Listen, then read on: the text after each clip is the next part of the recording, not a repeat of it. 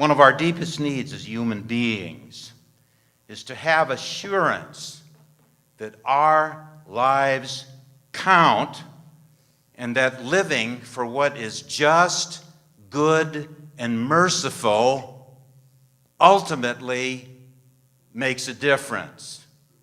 The book of Revelation speaks directly to that need. Sadly, the very factors which make the book so inspiring also make it a happy hunting ground for cranks, misguided prophets, and biblical literalists of every stripe.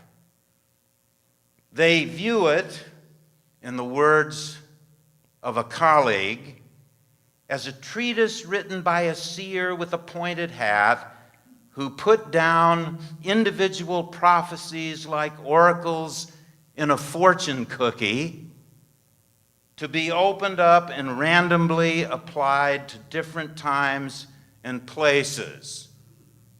How right he is. But Revelation is not, and I emphasize not, it is not a collection of individual prophecies. It's a story with a beginning and an ending, like most other books in the Bible. It's a style of literature called apocalyptic, which literally means revealing something that is unknown, or revealing something that is hidden or unseen. Apocalyptic writing is used during times of intense persecution and employs visionary, imaginative, and symbolic language to communicate in secret code fashion a word of hope to help those who are under fire to keep the faith or to hang in there. Now, when was Revelation written? Scholars know that it was probably written around 85 AD, during the time when Domitian was the emperor of Rome and was mercilessly persecuting Christians because, among other things, they would not bow down to him and say, "My Lord and my God." Who wrote it? A bishop in Asia Minor named John, while living in exile on an island called Patmos. He was put there as punishment for his fidelity to Christ. To whom was it written? To a very specific audience, the persecuted Christians who belonged to the 7 churches in the Roman province of Asia. Without a doubt, the symbols in Revelation are to be understood in this context. But hear this: the reality to which they point speaks powerfully to every one of us, that our lives do matter, and living for what is just, good, and merciful is supported by God, even if not always rewarded by the world. And that finally makes a difference. Here's how John got that message of hope and encouragement across. Now stay with me. Here's how he got that message across. He claimed he was transported into heaven, which means he was given a glimpse of the end, or the gift of seeing how everything was going to turn out.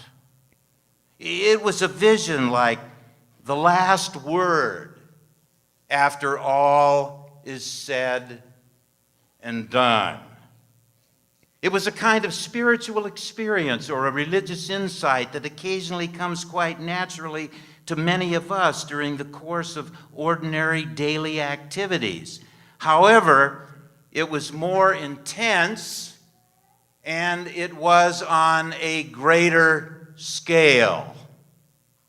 Now, what I want us to think about just now is how that vision came about and the context in which it arrived. Why?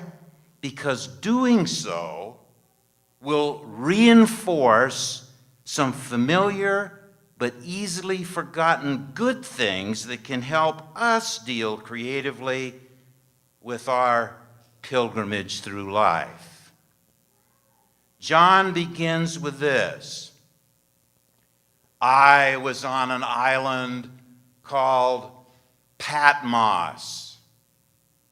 Now, to get the full import of his statement, we need to remember that during John's lifetime, Patmos was not a little island for vacationers. It wasn't like getting on a cruise ship, Royal Caribbean or something, and going to Bermuda. It was a small, scrubby, treeless place 60 miles southwest of Ephesus and 40 miles off the coast of Asia Minor. It suffered from the inattention of Rome, and it was a repository for the unwanted. Political prisoners on the island were not grossly maltreated. They were not locked up in cells, but they were denied their property and civil rights, and they had just enough to barely eke out an existence. That's why Patmos represents more than a geographical location. Listen to this. That's why Patmos symbolizes more than a geographical location. It symbolizes the place where we are forced to live when we know we're not wanted by those around us, the feeling that we've been overlooked by God, the state of being overcome by thoughts of uselessness, expendability, and self-pity. Patmos suggests those experiences in which we feel trapped by circumstances beyond our control, gotten into trouble when we have sincerely tried to do right, worn ourselves down from wrestling with evil, felt sure that we were cast out, put on the shelf, or written off. That's why Patmos can be anywhere. It can be in San Bernardino. It can be in a wheelchair. It can be in a hospital bed, in a convalescent home, a prison cell, or even in a penthouse suite. In other words, Patmos can be any place or time we feel used up, unneeded, and worthless, especially after we have sincerely tried. That was John's situation. Given such a predicament, how can we explain his literary achievement?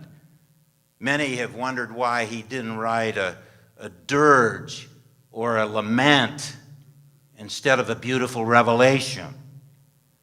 The answer, I believe, lies in something else that he said. I was on the island of Patmos. In other words, I was in a place where there was a lot of terrible and awful stuff. But I was also in the Spirit on the Lord's day, and I heard behind me a loud voice like a trumpet saying, "Write what you see in a book." You see, John's physical location was on that grubby little piece of real estate. But his existential location was in the Spirit. That's basically where he lived, in the Spirit. And Spirit conquers physical location every time. Now let's move ahead and quickly consider what it means to be in the Spirit. No one can come up with blueprints to precisely show what that means. Living in the Spirit defies the exactness of language as well as logic. But it looks something like this. And again, stay with me. It looks something like this to be in the Spirit. When we genuinely make Jesus' lifestyle and ministry, as it emerges out of the Gospels, our reference point for living in this world. When we're in tune with God's creative and redeeming love. When we're suffused with a sense of awe, like the writer of the 8th Psalm when he said, "O Lord, our Lord, how majestic is thy name in all the earth." When we're open to the notion that life is a gift, and although we participate in the creative process, we are not the source of creation. Being in the Spirit looks like having the courage to believe that we're forgiven and can therefore be forgiving. It's being open and receptive to truth and willing to follow it. As a fellow pastor says, if one is in the Spirit, it's possible to know the peace of heaven even in the midst of hell. He goes on. So Abraham builds an altar to God while the Canaanites are in the land. So Isaiah sees God when King Uzziah dies and the nation is plunged into grief. So out of unlikely Nazareth, the Messiah is raised up. So Paul in a Roman jail writes his epistle of joy. So Martin Niemöller and Dietrich Bonhoeffer reach their loftiest perceptions of the gospel in dank Nazi dungeons. If one is in the Spirit, he can find the living God in death row. If one is not in the Spirit, the stones and signs and symbols of even St. Peter's Cathedral would be to no avail. Well, yes. When we're in the Spirit, worship engages our entire being. You see, what I'm saying is that the answer as to why John wrote a wonderful apocalyptic called Revelation instead of a dirge or a lament, as you'd expect from a person banished to the confines of Patmos, is because he was in the Spirit, for the Spirit creates its own environment. Now, with that in mind, let's move on to consider an answer to the most important question that our New Testament lesson implies. How did John manage to find himself being in the Spirit? How did he manage to do that? I admit that it's presumptuous to try and answer that question in any detail, because Jesus was right when he said the Spirit is like the wind, it blows where it wills. So how do you track the trackless? There's no airtight formula. Nevertheless, John gives us a clue. Listen, I was on the island of Patmos in the Spirit on the Lord's day. And there it is. There it is. On the Lord's day. The Lord's Day is an institution which has a long, rich, suggestive history. Originally, the Sabbath was on Saturday, and Christians observed it because it commemorated the rest God took after creating the world. However, Sunday recalled the meaning of Jesus' resurrection. And for a while, Christians celebrated both days, but they finally decided on Sunday. Back to John. I don't believe there was any church on Patmos. There wasn't anything like that. But when Sunday rolled around, when it rolled around,